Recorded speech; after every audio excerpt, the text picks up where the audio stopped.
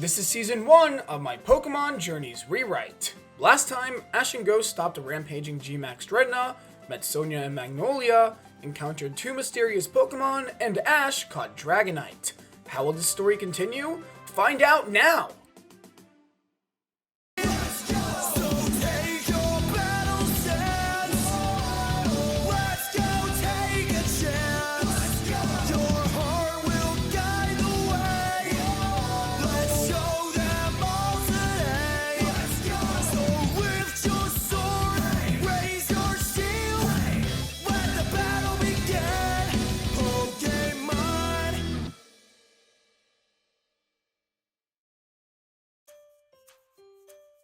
Ash and Go are enjoying their time in the Cerise Park when Ash receives a notification on his Rotom phone.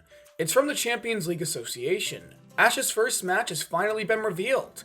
He'll be going up against B, a Galarian gym leader who made it to the semi-finals of the Galar League last season. Her along with the top 5 best trainers from that tournament make up the Galar Pentagon, the strongest trainers in the region, with Leon of course being the first. The battle will be happening in a week at Stoneside Stadium, and so Ash decides this is the perfect time to start training with Dragonite. Cerise then comes in the room, saying he has another mission for them, this time in the Unova region. Apparently, the Relic Castle near Castelia City was just a part of a secret underground golden city, and Cerise wants Ash and Go to learn more about it, so the two set off for Unova. Upon their arrival to the Relic Castle, the duo runs into an excavation team run by Professor and Cedric Juniper. Ash reunites with them, telling the two about all of his adventures. Go also meets them and is fanboying over both of them, saying he is a huge fan of their work. While this is happening, Ash reminisces about the last time he was here, and how he stopped Volcarona with the help of Zekrom's power. He wonders how Zekrom is doing now. The four of them make their way to the Relic Castle, and things play out pretty similar to canon, with Go catching a Darmanitan on the way. Upon entering the castle, the group has trouble maneuvering around, as the Team Rocket incident has left it in a much worsened state. The group eventually makes it to a large room. And a giant Golurk appears. Cedric says it must be guarding the passageway to the ancient city. The four send out their Pokemon, with Ash using Pikachu, Go using Darmanitan, Juniper using Cinccino, and Cedric using a Pignite. The battle is epic, but with Go's demonstration of leadership and knowledge on full display, they're able to defeat Golurk. Go takes his chance to catch it, adding the Colossus to his team. After this, the four find a part of the ancient Gold City, which Go is ecstatic about. He takes a picture before the group returns to the surface. Cedric and Juniper tell the two they'll be starting their excavation right away, and thank them for their help. Professor Juniper then comes up to Go, complimenting him on his skills and telling him he has so much potential to be a fantastic Pokemon professor. Go thanks her as they bid the two professors farewell.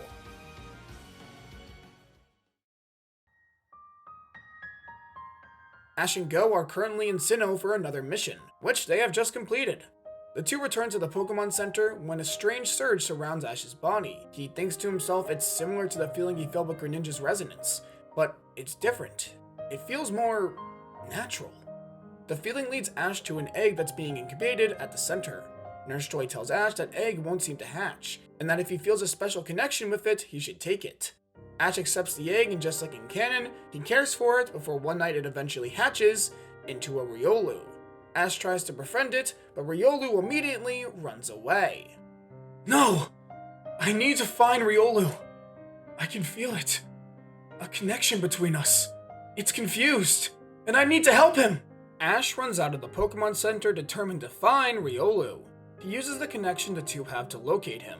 When he finds Riolu, they're all covered in dust, about to be defeated by an Onix. Before it can hit Riolu, Ash takes the attack head on himself, shielding Riolu in the process. Riolu looks at Ash, shocked. Riolu, I want to get to know you better, so let's get stronger together! Riolu is encouraged by Ash's words, and the two stand together. When this occurs, the two start to emit a strange energy, although it's too dormant for either to see. Seemingly in full sync, the two are able to easily defeat the Onix as it runs back away into the forest. After the battle, Ash asks Riolu to come along with him, that he's on his way to becoming the best trainer in the world, and just knows that they work together, they can become unstoppable. Riolu agrees, and Ash is caught another brand new Pokemon.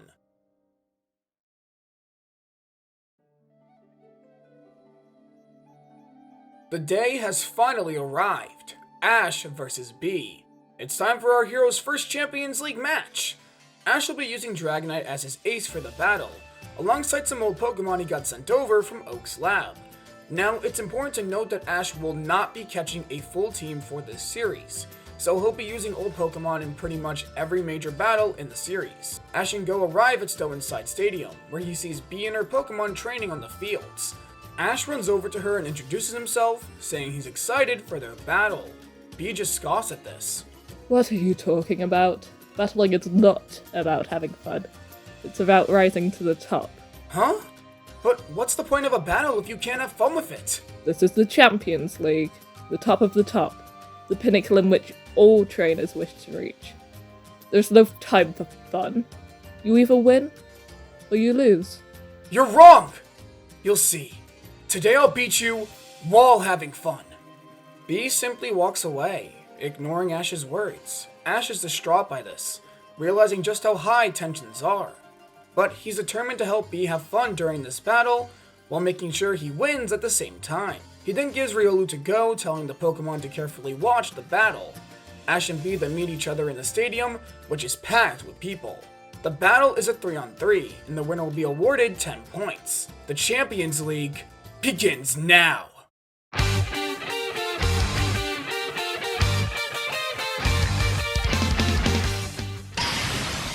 First up is Hawlucha versus Hawlucha. The Pokemon immediately charge at each other, but despite being the same species, you can tell they have very different battling styles.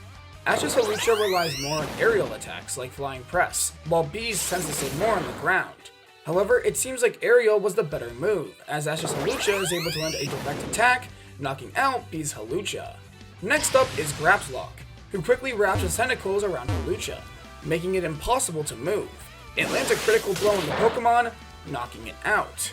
Next up is Ash's Swellow, who doesn't have to worry about Grapslock grabbing it, as no matter how hard it tries, Swellow is just too fast, and delivers a powerful combination of offensive strikes and counters. This of course results in Grapslock going down. So, you having fun yet? Quiet. That smirk will be wiped off your face. Now, come out, my partner! Bee's final Pokemon is Machamp, which roars with thunderous might. The Pokemon is incredibly fast and powerful, and despite being much slower than Swellow, is able to track its trajectory and land critical blows, significantly slowing Swellow down.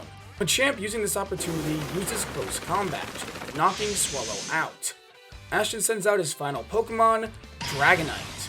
The battle is insane, as the two Pokemon are both powerhouses. However, the two decide it's time to bring this to an end. It's revealed here that Ash went to the wild area and participated in many raids to prepare Dragonite for this moment. Alright Dragonite, let's get huge! Let's annihilate our opponent, Machamp! Dynamax! Gigantamax!